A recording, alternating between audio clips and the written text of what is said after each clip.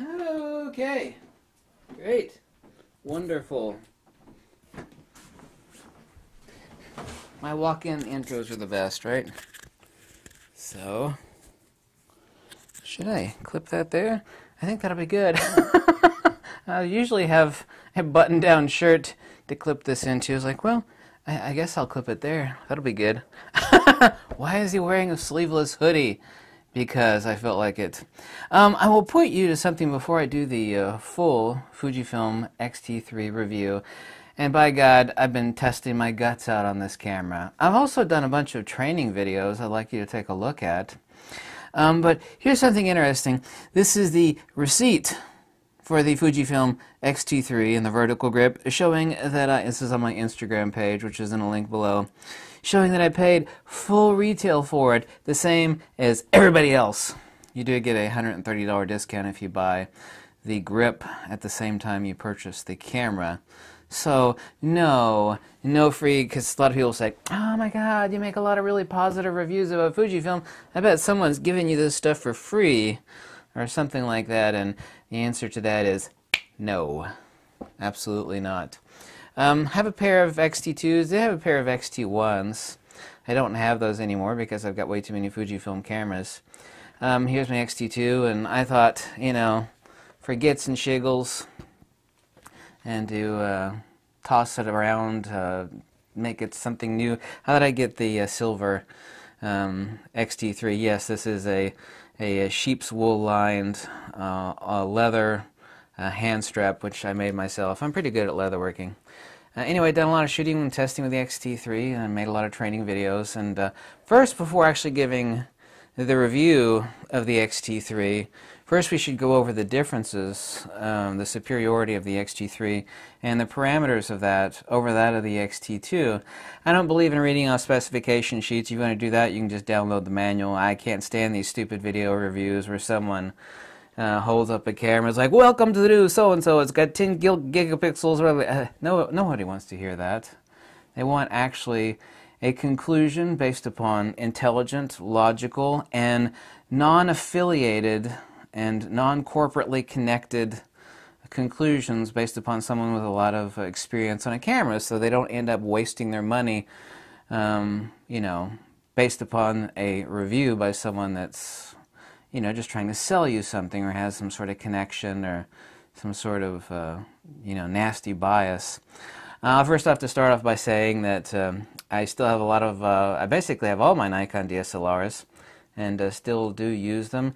And even though I have, 6 mirrorless cameras right now, I still have no interest whatsoever in mirrorless cameras from the premise of, you know, hey, I'm going to buy the latest, greatest technology. I do know all the advantages of mirrorless focus peaking and video and on-sensor phase detect. I know all those advantages. The only reason I actually bought it in a Fujifilm was because it's they're making the best cameras currently, and I mean that, hardcore, flat out. Someone's been taking apart and fixing cameras for a very long time. Fujifilm is currently making the best cameras, and they're the ones listening closest to their customers. So the reason I have a pile of mirrorless cameras has nothing to do with mirrorless. It has to do with what Fujifilm is doing. You know, and of course there are advantages. I'm not a video person, but and I do greatly appreciate the adapted lens capabilities of mirrorless cameras. But we have to be completely rational here and understand that perspective is that Nikon and Canon still basically own 100% of the hardcore sports action wildlife use, and Fujifilm and Sony and others realize this. The reason why people are buying into Fujifilm, countless advantages, build quality, customer service, lenses, incredible build quality, listening to their customers, ergonomics, menus. The entire ecosystem of Fuji is absolutely phenomenal. That's why I sunk my actual money into Fujifilm. I just wanted to first start off by stating that before getting into the review on the Fujifilm X-T3. Let's go into the differences, because it's not a minor upgrade. The X-T2 is a huge upgrade from the X-T1, and the X-T3 is a very substantial upgrade from the X-T2. It's not like in the case of Nikon where they came out with a D3S where they actually added about this many features, or they came out with a Nikon D4S over the Nikon D4 and added about that many features, meaning next to nothing. The X-T3 is a substantial upgrade from the X-T2. First go over some of the major differences. Diopter control knob, which is inset and not accidentally adjusted over that of the X-T2. That's actually the only major complaint that I had on the X-T2 that they changed, and they did change that. Touch display for playback and also for autofocus point selection.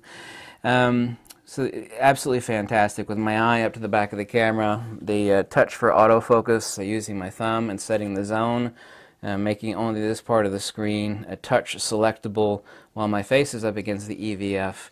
It works wonderfully, to the point where the joystick is basically irrelevant now. It's not completely irrelevant, obviously so, but it works wonderfully. That's actually the one feature in the Canon M5 that I desperately wanted Fujifilm to adopt, and now here it is. You have cleaner files at high ISO. There is more noise at high ISO at 12,800, but it is a BSI sensor, backside illuminated.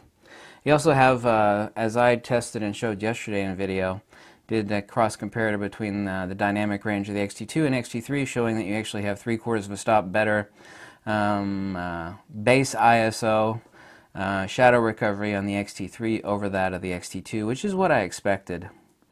I did test 6 of the slower lenses, which are stepper motor lenses, the 56mm 1.2, 16mm 1.4, 23mm 1.4, 60mm 2.4, and a couple of other lenses, and they average about 15% faster on the X-T3 over that of the X-T2.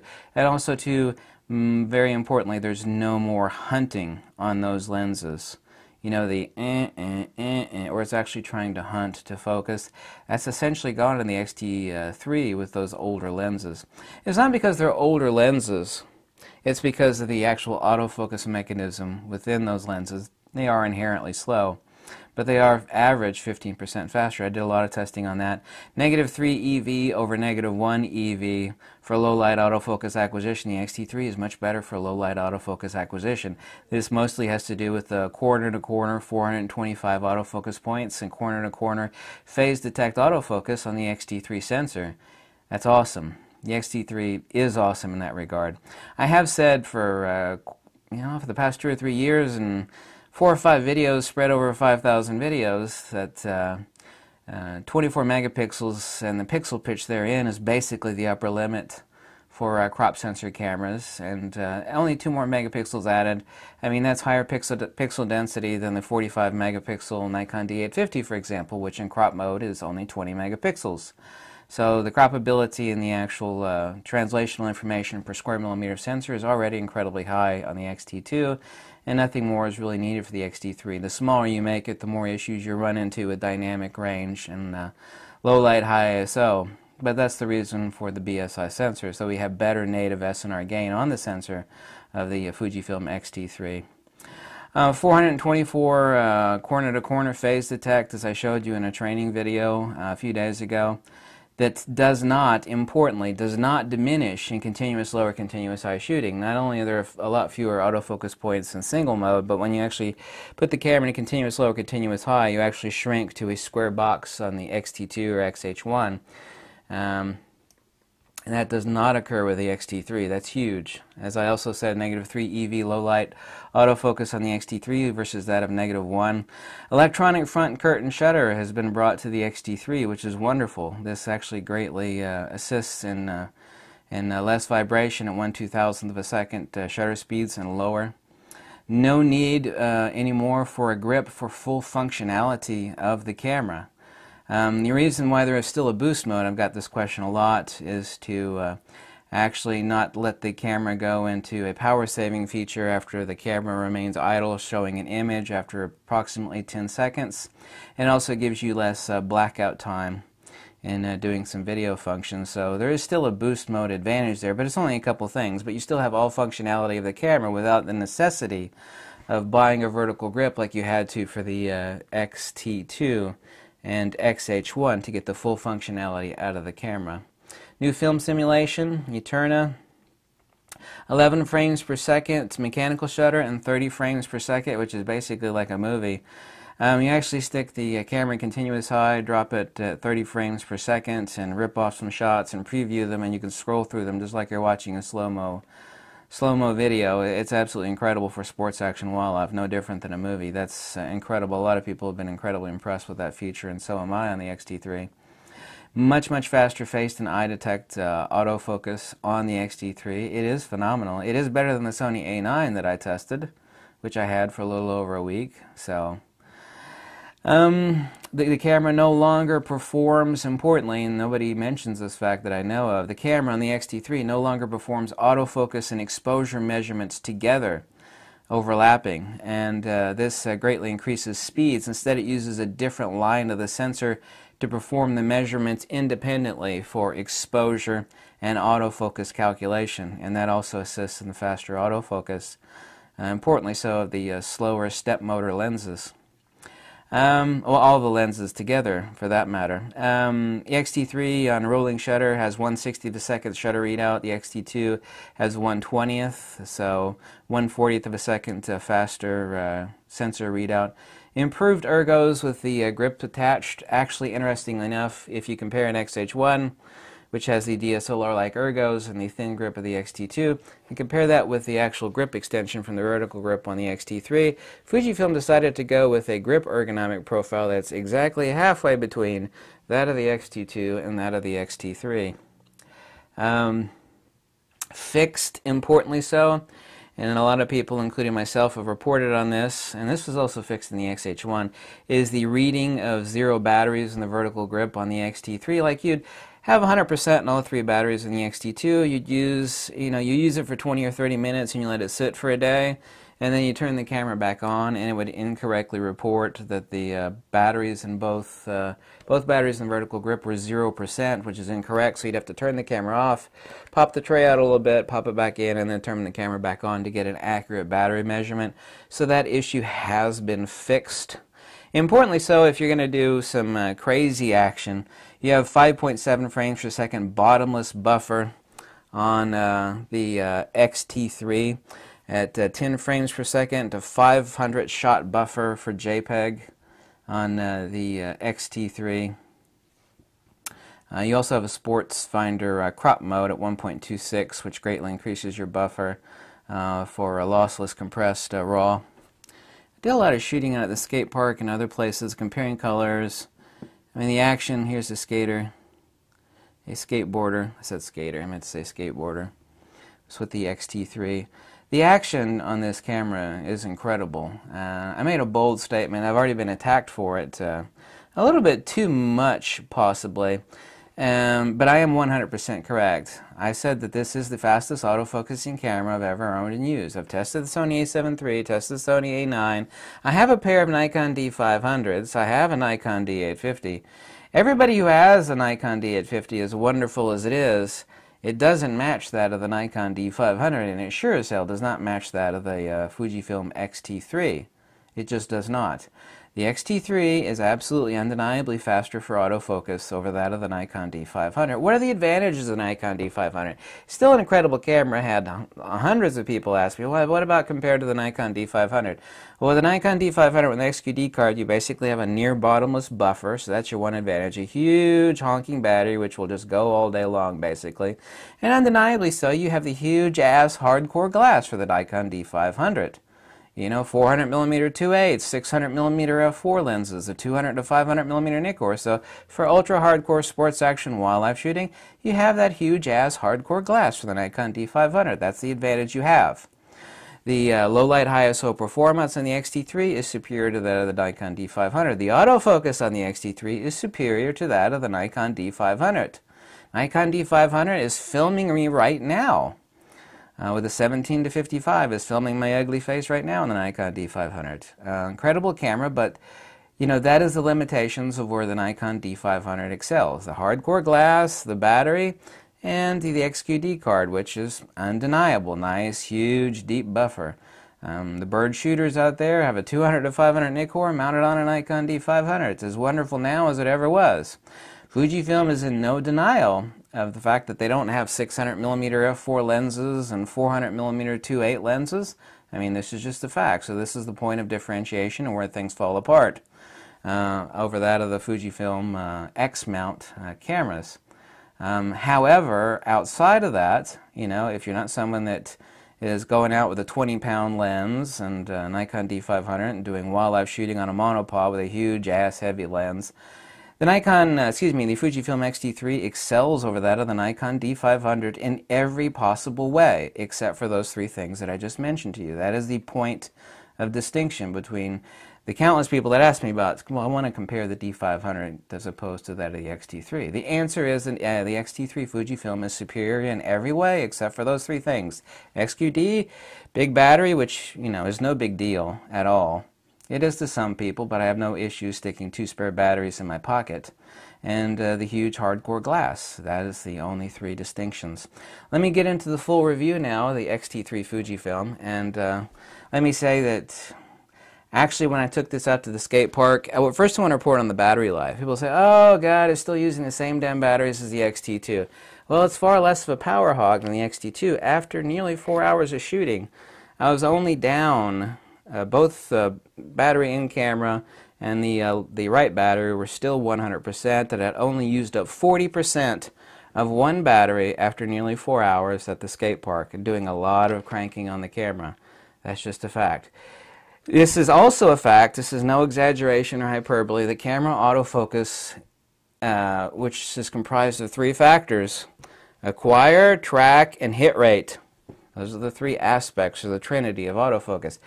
The autofocus on the X-T3 is absolutely phenomenal. It made me cry.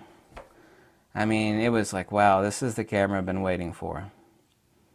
I really do mean that.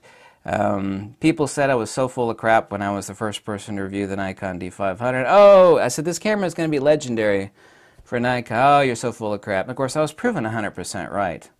This camera is legendary for Fujifilm. It is. I mean, the X-T2, I declared. And of course, the X-T2, let's remember here, let's roll back the clock, girlfriend. Fujifilm has added so many firmware improvements and updates to the X-T2 that it is undeniable that it is twice the camera now as it was when it came out. Surely to God, we could probably expect something similar for the Fujifilm X-T3, so that is awesome news. The X-T3 is already just jaw-dropping, frigging incredible. It's the cat's ass. It's tougher than the woodpecker lips. It is awesome. It is just bleeping awesome. The X-T3 is incredible. Oh, that's fanboy talk. Yeah, sure it is. That's why I paid full price for the X-T3, same as everybody else. I have no connection to any of these companies. I say what I want in a review, and I take a lens review and a camera review actually quite seriously. And I have no affiliate links. I don't sell anything to anybody. Okay? So, that was my minor little rant there in this review. Like I said, I can't stand people reading off the spec sheet because anybody can download that anywhere, and no one's watching my fat, ugly face for me to read off a spec sheet. So I'm going to give you my conclusion, and this is my review, the full review of the X-T3, and God knows, as you can tell from the training videos I've uploaded on the X-T3, I'm extremely familiar with the camera. Unlike some people who you may or may not know. Where's that wig at I got that big wig over there somewhere. Who only use the camera, rent it, and then only use it for a couple days and then do a full review. I actually dig into a camera very, very deeply. I mean, I pound the hell out of it front to back before doing a full review. Not only that, I'm completely familiar with the Fujifilm system and menus and how everything works on a Fujifilm. Let me actually give you the last conclusions on the full review here in just a second, but let me say that also too, focus peaking is 100% of the same as on the X-T2. And XH1, which is already the best out there. I was actually surprised that Sony's focus peaking was so bad. So the focus peaking is no different on the X-T3 than it is on the X-T2 or XH1. They do have the digital microprism addition to that. I love the fact that that Fujifilm included that along with the diopter wheel, which is lockable on the X-T3. Those are the 3 things that I wanted Fujifilm, 2 things I wanted Fujifilm to do on the X-T3, and that's exactly what they did, so thank you very much for that.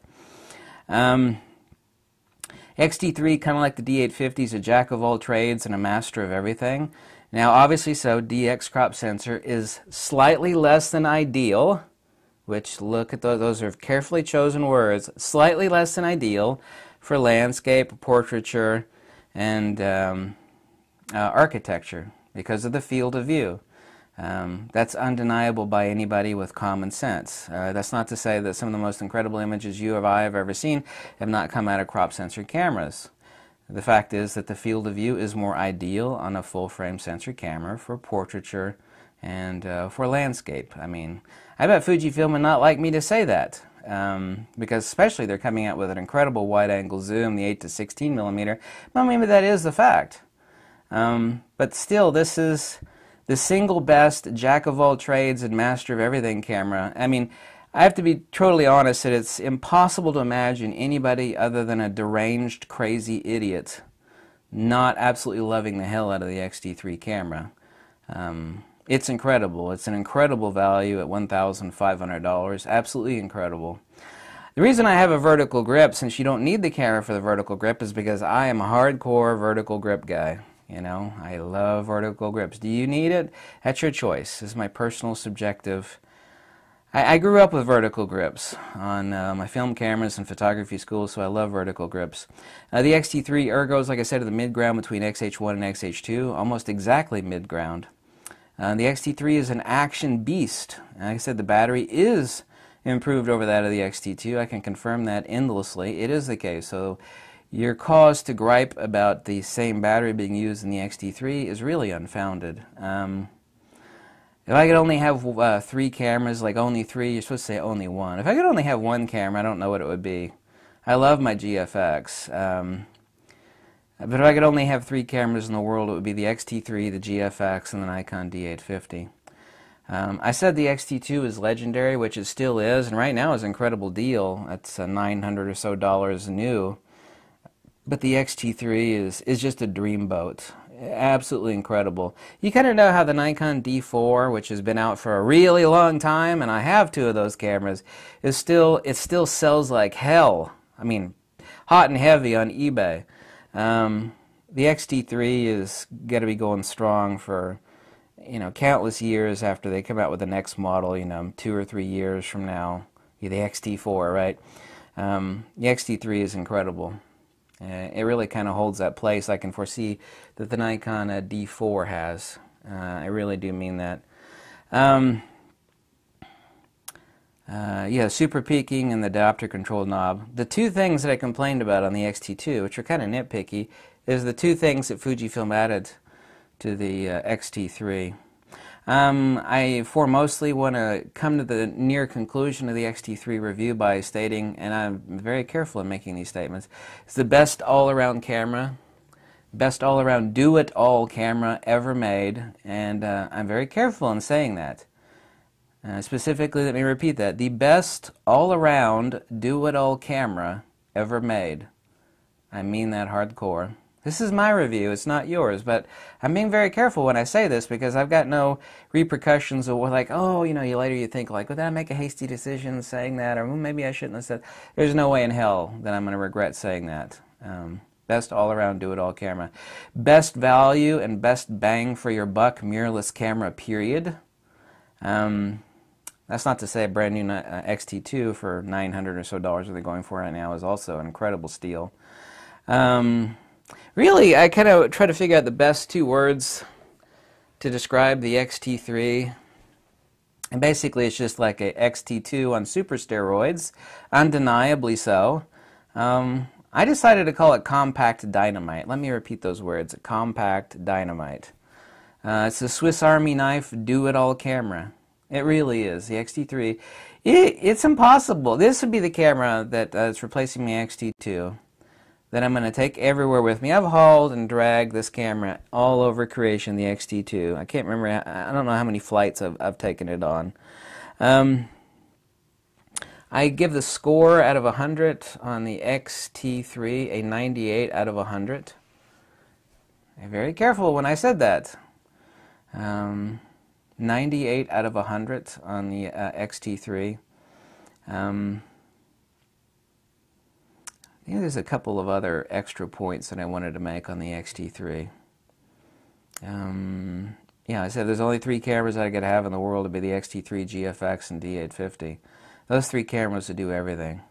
And then if I only had those 3 cameras sitting on this table all the time, you know, the camera I would literally leave the house with 95% of the time would be the X-T3. So even if I could only have 3 cameras, I mean this seriously, and I thought this out before making this statement in this video, because I take full reviews on cameras very seriously. If I only have 3 cameras and my favorite camera, I only have 3. I've got 14 cameras. X-T3, GFX, and D850. But even then, having only those 3, the X-T3 would be the camera I'd leave the house with 95% of the time. Straight out, flat out.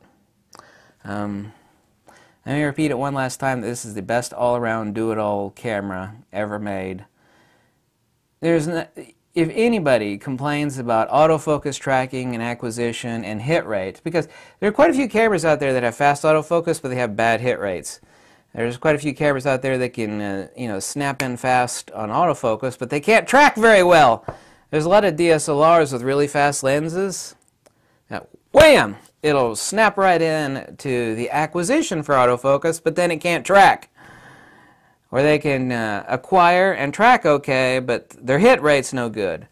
Let me be specific to you that the trinity of autofocus, when it comes to taking with sports action, wildlife, photojournalism, all the same, is that it can acquire and track and has a really, really good hit rate, i.e. accuracy. The X-T3 is the best autofocusing digital camera out there currently. I mean that flat, the one that I've ever used. A7 III, Sony A9, Nikon D850, I have that, pair of Nikon D500s. Absolutely. Track, acquire, and hit rate on the Fujifilm X-T3 is better than any camera that I either own or have ever used. It's not a bold statement or a crazy statement. When people start testing this camera out compared to whatever the hell it is they have, they will confirm exactly what I said. I don't make that statement lightly.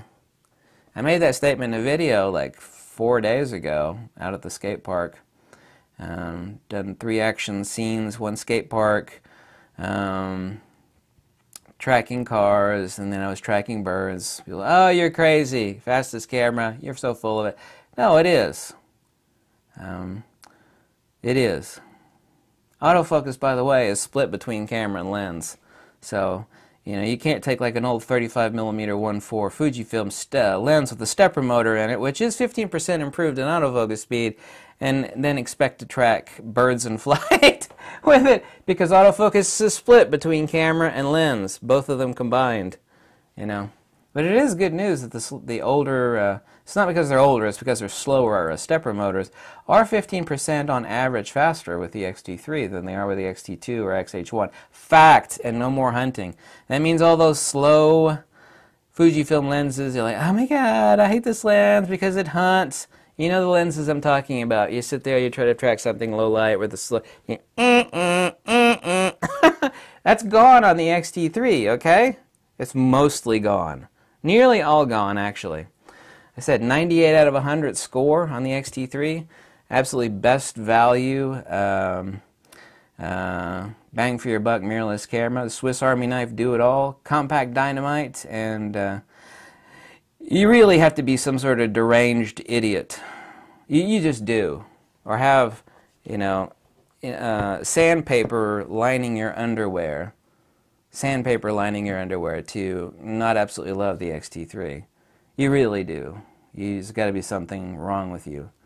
Fujifilm nailed it hardcore on the X-T3. They nailed it on the X-T2 as well.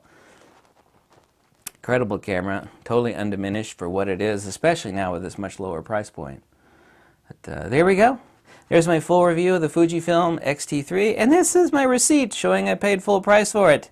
You know, go ahead and accuse me of getting a free camera. You see that full retail price right there? Yeah. See it, girlfriend?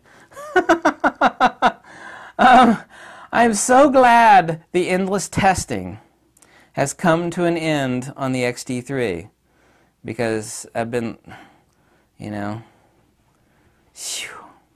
yeah, it's been a little tiresome.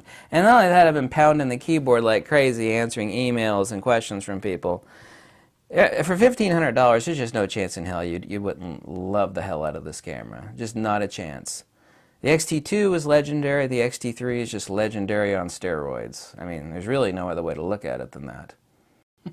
You can see this is the point where I edit this video and dropped in a bit. So that concludes my full review of the Fujifilm X-T3. I'm a bit exhausted after all the testing, and remember, I paid full price for it right there. No free stuff. All right. God, I'm so glad I'm done. Spending endless hours doing reviews and testing, and anyway, if you like these videos, please click the link below, and you can always drop a buck or two. Tell me to jump off a cliff, whatever makes you happy, whatever tickles your pickle, whatever wiggles your worm. Just want you to be happy, because the X-T3 is incredible. I guess that's it. That's the end of my review. I just feel kind of exhausted. But I take camera reviews extremely seriously, especially this one, since I have a lot of people saying they're waiting for me to do the final review of the X-T3. It's like, well, I got tons more testing to do before I make the conclusions on the X-T3. So, peace out, Girl Scout. Hasta luego, do svidania, uvidimся, and aloha.